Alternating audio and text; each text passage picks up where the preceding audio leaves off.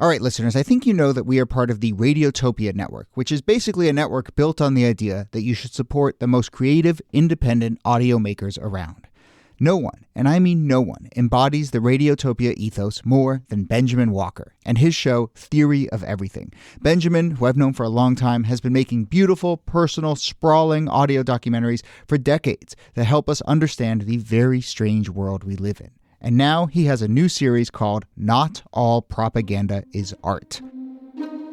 The new series goes back to the 1950s when Western security agencies like the CIA paid artists, writers, and intellectuals to fight the cultural Cold War. The CIA funds were free. I mean, no one was told what to say. Gloria Steinem, activist who sees the CIA as a sort of enlightened pal or rich uncle, there is another viewpoint. Look, if you're listening to this show, I know you like secret histories. I know you like a mix of culture and politics and shadowy figures. So what are you waiting for? Not All Propaganda is Art from Benjamin Walker. You can find it now wherever you listen or at theoryofeverythingpodcast.com. This day is brought to you by Progressive. Are you driving your car or doing laundry right now? Podcasts go best when they're bundled with another activity. Kind of like Progressive home and auto policies. They're best when bundled too. Having those two policies together makes insurance easier and could help you save. Customers who save by switching their home and car insurance to Progressive save nearly $800 on average. Quote a home and car bundle today at Progressive.com. Progressive Casualty Insurance Company and Affiliates. National average 12-month savings of $793 by new customers surveyed who saved with Progressive between June 2021 and May 2022. Potential savings will vary. Hey everyone, Jody here. Up next, we're bringing you the conversation we had last year around this time about the history of the War on Christmas. It was a really great chat and it still holds up, though you will notice there was no mention of the fact that the Christmas tree outside of Fox News Studios burned down. That happened this year, and an interesting new wrinkle in the War on Christmas, I suppose.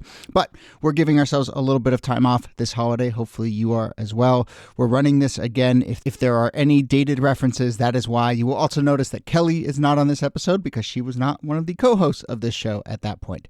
But we've had a ton of new listeners since this first aired, so it might be new to you. I also just re-listened getting ready to run this, and I found it quite interesting. So here we go. This is with special guest Michael Hobbes. At the time, he was the host of the podcast You're Wrong About and the podcast Maintenance Phase. He still left You're Wrong About, but anyway, enough preamble.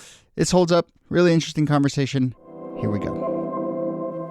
Hello and welcome to This Day in Esoteric Political History from Radiotopia. My name is Jody Avirgan. And now this is usually the part of the intro where I say a date and a year and a specific moment that we are discussing, but we're doing something a little different during the holidays. So this is actually part one of a two-part episode we're doing about the War on Christmas. The idea that Christmas in America is under assault, especially from forces on the cultural and religious left. At this point, talking about the War on Christmas on, say, Fox News is as much of a Christmas tradition as, celebrating Christmas itself. But there are lots of interesting history points along the way, lots of moments to discuss and dates to discuss. So here to do that, as always, is Nicole Hemmer of Columbia. Hello, Nikki. Hello, Jody. I think we should rename it This Holiday in Esoteric Political History. Well, there you exactly. And our special guest for this two-parter is Michael Hobbes, reporter for HuffPost and co-host of the excellent podcast You're Wrong About and Maintenance Phase. Michael, welcome. And I want you to listen very closely to how I greet you. Merry Christmas. Wow. Ooh, wow, I feel attacked already. We don't say that enough anymore. Wow. Michael. Yeah. But look, if anyone listens to your podcast, they know that you are a connoisseur of moral panics and media freakouts, so I think this is the perfect fit for you. So thank you for doing this. Yeah, you're hitting all my buttons. This is great. This is the war on Christmas. I'm into it. That's right. Exactly. So look, here, listeners, here's how we're going to structure this. Part one, which is this part right now, we're going to look at, let's call it the modern war on Christmas. It's the phenomenon that's popped up in, say, the last 15 years or so. So that's going to be part one, 2004 to today. And then part two is going to go back in time into the 20s, 30s, 40s. We'll look at the war on Christmas and how it was really percolating and reflected through a lot of the 20th century and even earlier. But here on part one, and for you purists out there who demand that this podcast be hooked to a specific date, here is your date, December 7th, 2004, which was the night that Bill O'Reilly first aired a segment on Fox News called Christmas Under Siege. And that night he told his viewers, quote, all over the country, Christmas is taking flack. So let's call this the Fort Sumter of the War on Christmas, the assassination of Archduke Ferdinand of the War on Christmas. This is where it all started. Nikki, take us to 2004, that segment on Bill O'Reilly. What was he up to? 2004. So America and Bill O'Reilly were both on a wartime footing, right? We're just about a year into the war in Iraq, and a little post-election holiday programming. So George W. Bush had just won re-election, and Bill O'Reilly pivoted away from the election, away from all of those culture war attacks on gay marriage that had been such a big part of the 2004 election, to a new culture war, which is the war on Christmas. And he launches it, like you said, Christmas Under Siege, by all of those radical liberals who want you to stop saying Merry Christmas. And he sort of pulls together a bunch of different anecdotes from around the country. So he talks about how there were no religious floats in the holiday parade in Denver, and how in New York City, Michael Bloomberg, who was mayor at the time, unveiled a holiday tree, not a Christmas tree.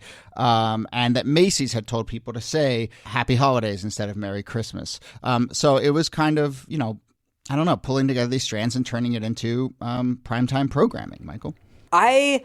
I'm like giggling over here because it's very interesting to me how of course we keep having the same sort of right-wing freakouts over this, but it's interesting that the war on Christmas depends on the idea that sort of non-Christmas havers are deeply oversensitive, right? That if you say Merry Christmas to somebody who doesn't celebrate Christmas, that they're going to like freak out and like start throwing things and like throw a tantrum in the Target. And then on the other hand, you also have Fox News defending this absurd hypersensitivity about the fact that some random city in some random place is having a holiday tree rather than a Christmas tree. Like, there is nothing more hypersensitive and snowflakey than caring about what the Denver City Hall Christmas light celebration actually is. And so it's just this weird duality where it's like, we have to be hypersensitive because these outgroups are so hypersensitive. That twist you describe is really interesting. It's like what is, I think, often thought of as accommodation gets turned into persecution, right? So Yes. It is accommodating of different beliefs to say we're going to have a holiday season, but in fact it is then thought of as something more actively against Christianity. Right. There's I think embedded in a lot of these freakouts is this slippery slope to totalitarianism argument that you're getting right now with sort of trans people pronouns thing. Like, you should use the correct pronouns for people, and like, you're restricting my speech, you want to throw me in the gulag, all of this sort of heightened language around it, where it's not illegal to say Merry Christmas to people, but this somehow got cast as some sort of restriction on speech or some sort of like totalitarian creep by all these outgroups that really don't have the power to implement that kind of agenda anyway. Yeah, and there was a real attack on corporations as well. So you have like these random examples of towns where they don't have a Christmas crush that year, or they have a holiday tree. But then there is this, that sort of sensitivity that you're talking about, Mike, is transmuted into this like large attack that has to be stopped on the front line. So you see things where Walmart and Target and Sears are all being boycotted for using like Happy Holidays in their advertising circular for Christmas. And so just the absence of a Merry Christmas, even when it's being said all the time in these stores, leads to these very targeted economic actions against all of these big box stores who are seen as somehow being involved in this web of persecution. Yeah, I mean, Christmas is a holiday. This was one of the things that I never got about it. When they say Happy Holidays, like, you're one of the holidays. They're not saying like Christmas. Happy Kwanzaa and nobody else. Like, they're saying Happy Holidays. There's a bunch of holidays. Take whichever one you want. You know, I do want to get to some of the things you're talking about, Nikki, of how this fits into larger, I think, cultural fears, not just specific religious conversation. I do want to take one moment, though, as we're talking about this Bill O'Reilly's week of programming, to just acknowledge the like enterprising nature of primetime TV programming that this is. And, you know, I used to be a producer on a daily talk show. And, you know, part of me like recognizes what's going on here, which is, part of your job is to sit around in an editorial meeting and be like, oh, there's this thing over here and there's this thing over here and there's, oh my gosh, here's a trend and we can brand this. We can do a 5-part series, and that's not always bad. I mean, that's sort of part of the job of journalists is to see patterns and frame stuff for people. Here, I think, we'll get into this, a bit of an agenda, but I just kind of like, in going back and revisiting this week of Bill O'Reilly programming, I saw a very enterprising associate producer somewhere in some room who hopefully got a raise because this was probably very successful programming. But, there is that element to it as well. Well, this to me, actually, I mean, I've done a lot of work recently on misinformation and sort of fake news going around online and conspiracy theories, et cetera. And I actually think that the War on Christmas model of disinformation is much more pernicious and much more difficult to deal with than the sort of straightforward conspiracy, kids drinking, Satanists drinking the blood of children type conspiracies, because everything that Bill O'Reilly was talking about on his show was true. So it's not misinformation, right? Like, I'm sure that the Denver City Hall, whatever, really was a holiday tree that year. So you can't really crack down on it as misinformation. It's just taking anecdotes out of context. And I think it's just a huge, like, I don't think we've figured this out yet. The problem is it's a really big country, and basically an example of everything happens every day. And so what are the ethics of sort of cherry picking these examples that don't suit any trends? Like, they're not actually indicative of anything, but you can find 5 examples of anything anywhere at all times and turn them into a story. And those stories are more visible now thanks to nonstop cable news programming and the content mills of social media. And we'll see as we go through the last 15 years or so how much I think social media has a big part in just amplifying small things, and then it becomes this, it spins up. Other stuff that's bubbling around the time, Nikki. I mean, well, for one, we had Peggy Noonan is a sort of big name in all of this. So she's writing columns, and I think she wrote a thing about how her neighbors, I'm just going to go out on a limb and assume she lives on the Upper East Side of Manhattan. That her neighbors, were like upset with her Virgin Mary display, and so she writes some columns there. And then there's a book in 2005 by a man named John Gibson called "The War on Christmas: How the Liberal Plot to Ban the Sacred Christian Holiday is Worse Than You Thought." And of course, he then goes on Bill O'Reilly, and there's this sort of feedback loop there. So I don't know, paint a picture there, and I guess let's start to answer this question of how much this is a cultural freakout and how much this is about religion. Sure. So one thing that you need to know about John Gibson and his book is that John Gibson had been a Fox News anchor since 2000. He was already part of the Fox News machine. And so he goes on Bill O'Reilly and amplifies something that O'Reilly was already doing, which was this idea of a war on Christmas.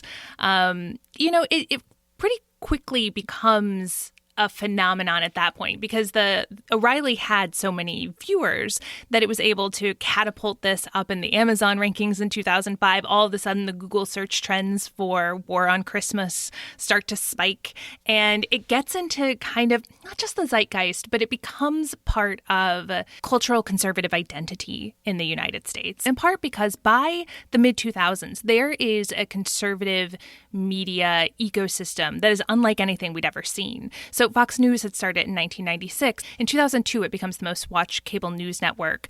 But in the period from 2000 to 2002 is when you get all of these new conservative talk radio programs. This is when you get like wall-to-wall conservative talk radio. And this kind of stuff is like catnip to radio hosts. And that's how it begins to like spread rapidly all across the country.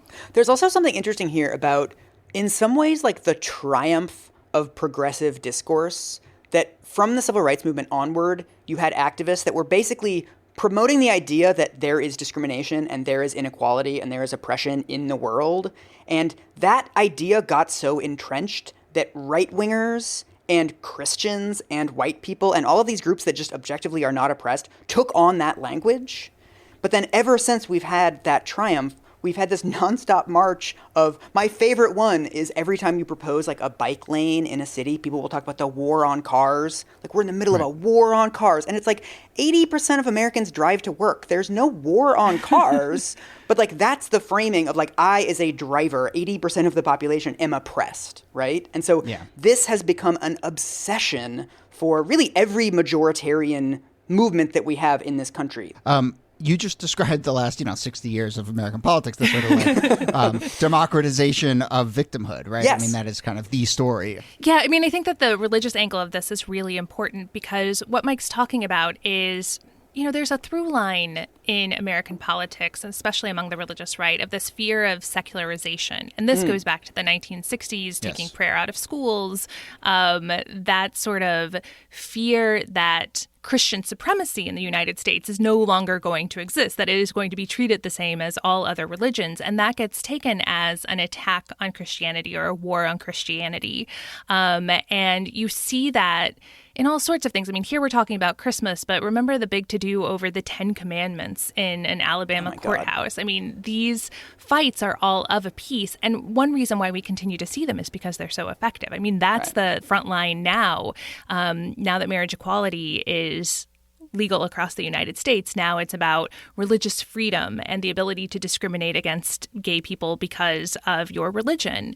And so that framework of religious liberty has been an incredibly powerful opening in Christian right politics over the past 20 years. I do want to layer in one other element here, though, because around 2005 is where now the Daily Show starts to become, I think, a big factor in this conversation. And so, maybe a year or two after this is bubbling up on Fox News, now we have the Daily Show, which I think is a pretty significant cultural force.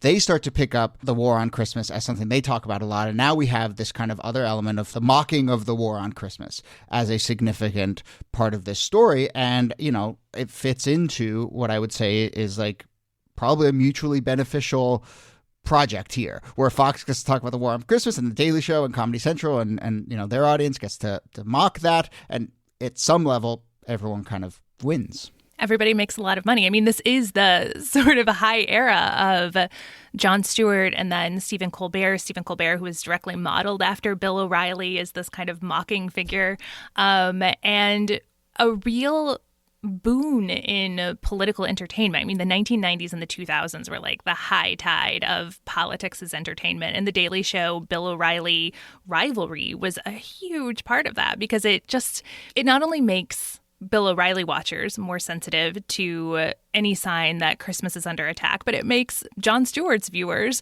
more sensitive to anyone complaining about Christmas being under attack. And so you have that kind of mutually beneficial relationship that maybe isn't culturally that helpful. It also adds to the idea that we're under attack, right? Because there's an entire TV show on Comedy Central that is making fun of us. And so that just contributes to that narrative. Just amps up the temperature, for sure. But can I ask, do you guys think that was a mistake, The Daily Show, to sort of go in on making fun of right-wing snowflakes? No, I don't really think so. I mean, I think the constant question these days is the question of amplification versus ignoring. So on the one hand, you could say, well, yeah, it was amplifying it and making it a bigger deal and sort of drawing it out even more, that these entertainers were talking about this topic year after year after year. But we were also in a media moment in the mid-2000s when straight news outlets were not going to attack the war on Christmas lest they look liberal. And so in a way, like, Stewart was probably one of the few voices out there that was going to call the war on Christmas idea a sham.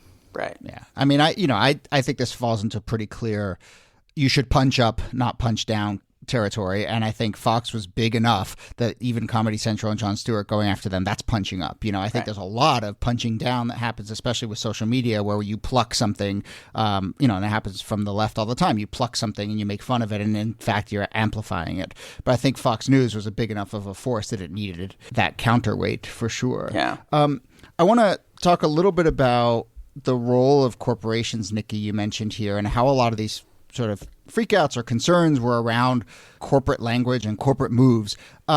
So one is, in 2015, there's a big hubbub about the Starbucks cups. So Starbucks for many years had done holiday cups. A lot of them often, I don't know if they ever had like Christmas stuff on them specifically, but they often had, trees or snowflakes or other snowflakes or other things. Christmas-ish. Yes. But in 2015, they're just red cups with a green Starbucks logo, and that's their holiday cup. And, people are not happy about this, and they see this as, again, encroachment and cowing and Starbucks being overly PC. There was a pastor, actually, who posted a video that got millions and millions of views where he claims that he went into Starbucks and gave his name as Merry Christmas so that he forced Starbucks to wish him a Merry Christmas, and he really caught them off guard. But that said, I think the fears about corporations are really interesting because we have culture wars in this country. We have geographic differences in this country. If you live in, one part of the country, you can, let's say the South, and you're in a conservative area, you can point to New York and be like, New York liberals are doing this. And people in New York can point to the South and be like, look at what's happening. But corporations are everywhere. Walmart is everywhere. Macy's is everywhere. Starbucks is everywhere. So I think that I get that a lot of this sort of came down to companies and corporations because that's where you get these, I think, at some level, genuine concerns about changing cultural norms.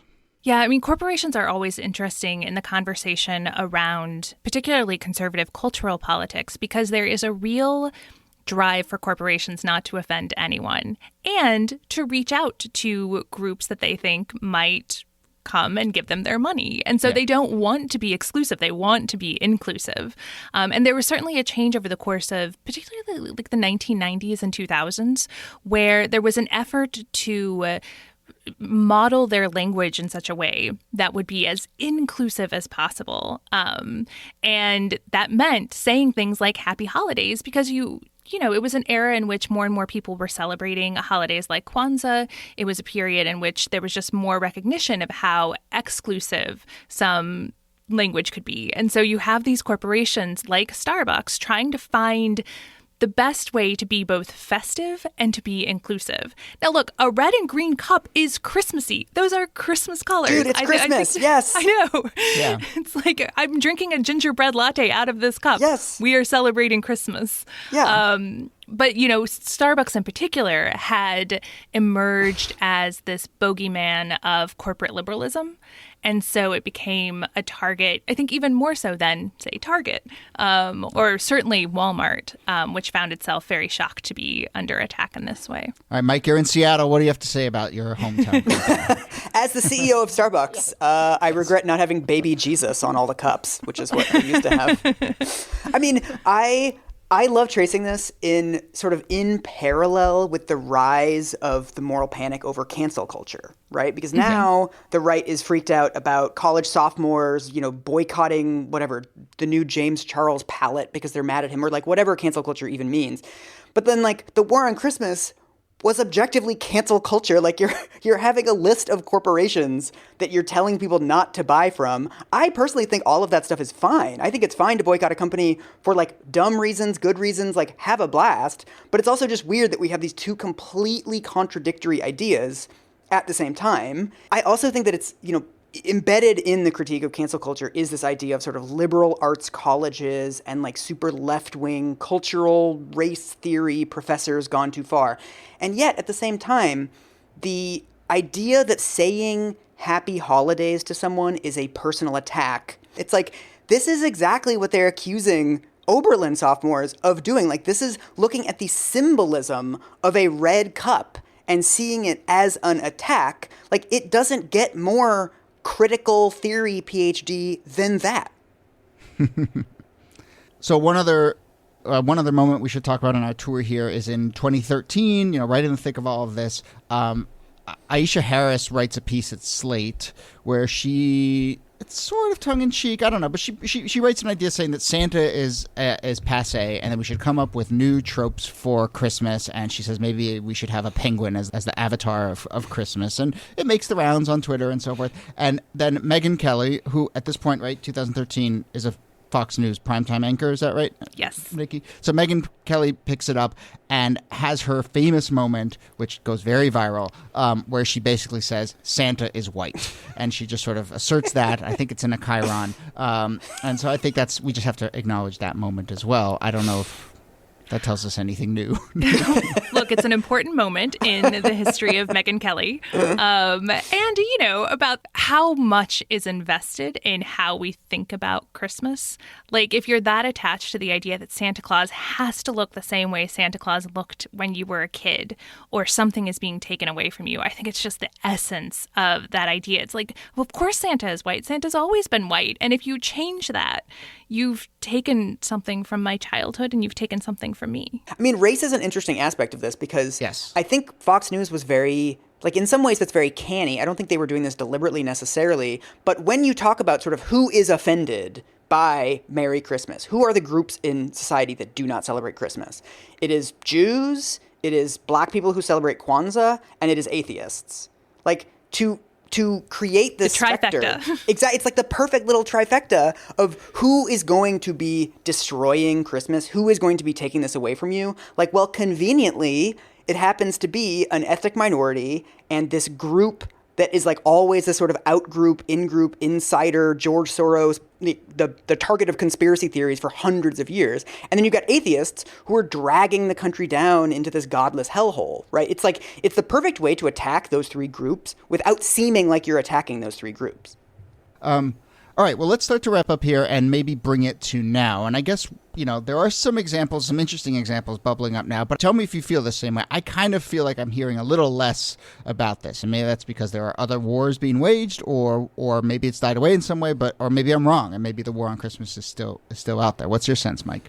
I actually found this week, or maybe it was last week, a story on Fox News that has made the sort of the Facebook rounds about somebody who wrote a letter to one of their neighbors who put up a bunch of Christmas lights. And this person wrote, look, it's 2020. It's been a really rough year. A lot of people are suffering.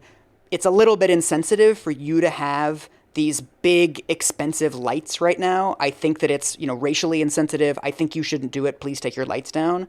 Which is honestly like a pretty weird and oversensitive letter to write to your neighbor. But it's also like, it's just one person writing a slightly oversensitive letter to their neighbor in a random place in America. And yet this became like this massive thing in right-wing media circles. It was in St. Anthony, Minnesota. Yeah, I'm finding it right now. But yes, that I hadn't heard of that one. But it showed to me, anyway, the way that, because I searched Fox News' website this morning and I couldn't actually find any mentions of the war on Christmas in quotes from 2020. Like, this seems like something that has sort of faded away. But it's been replaced by this sort of racial justice warrior. That this is now the specter, rather than people who don't want you to say Merry Christmas to them. It's now sort of Black Lives Matter activists. It's now Antifa. It's now whatever else. But it's exactly the same thing, right? They're telling you that you can't have Christmas lights up, and it's the same structure of, it's basically a meaningless anecdote that happened somewhere in America. Like, I'm sure thousands of kind of weird letters get sent neighbor to neighbor every day, and yet this one has been plucked out and turned into a national story. So to me, it just proves that, like, this is all still here. It just morphed into this new target. Yeah. We should say that in 2016, Bill O'Reilly declared that the war on Christmas had been won because Donald Trump was elected president, and he was going to allow us all to say Merry Christmas again. And Trump says that all the time, right? We're going to say Merry Christmas again, and so forth. But Michael, I like your way of framing this as, a manifestation of a pattern of thinking and of media, and that can jump to different eras and different topics for sure. I will say, though, that in 2020, this pattern and this sort of way of thinking about the world has picked up, as you were saying, Black Lives Matter and those issues. It has also picked up COVID. And I just yesterday saw a tweet from Representative Jim Jordan that reads, Dr. Fauci says you can't see your kids at Christmas. We knew he'd try to cancel it. So there you have the war on Christmas, anti-COVID stuff, and, this sort of hatred of Dr. Fauci. It still lives in this metastasized form. If Dr. Fauci went to Oberlin, then you just get the whole trifecta in there. That would be perfect. Yeah. The war on Christmas is back, baby. I suppose so. Do you have any thoughts on that, or should we just let Jim Jordan have the final word? Oh, God. Someone rescue this podcast. All right, well, we will leave it there then. Michael Hobbes, thank you so much for doing this, and you'll be back next episode for the deep roots of the war on Christmas. So thanks again. Thanks for including me in your battalion. And Nicole Hammer, thanks to you as always. Thank you, Jody. Once again, we will be back next episode. That's on Thursday, our second part of our special on the war on Christmas. In the meantime, if you are not a listener to You're Wrong About, you should absolutely go and check it out. They are releasing new episodes now. Go into the archives. It's one of our favorite shows. So go and check that out in the day between now and our next episode, and we'll see you here on Thursday.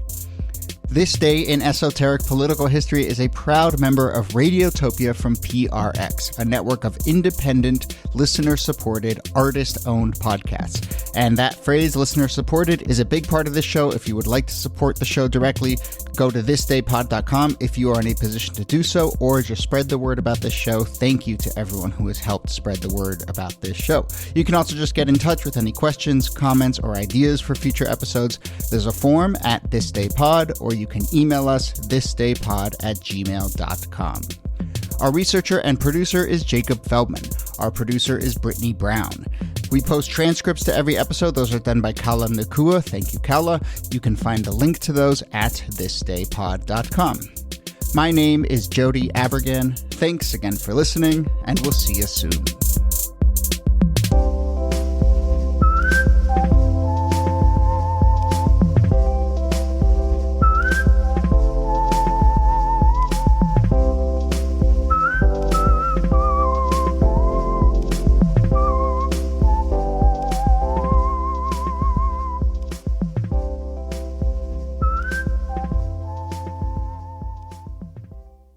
Support for This Day in Esoteric Political History comes from Odoo.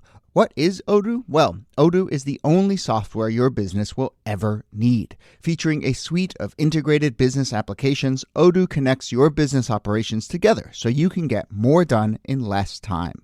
Odoo has apps for everything: CRM, accounting, sales, HR, inventory, marketing, manufacturing, you name it, Odoo's got it. To learn more, visit odoo.com/thisday.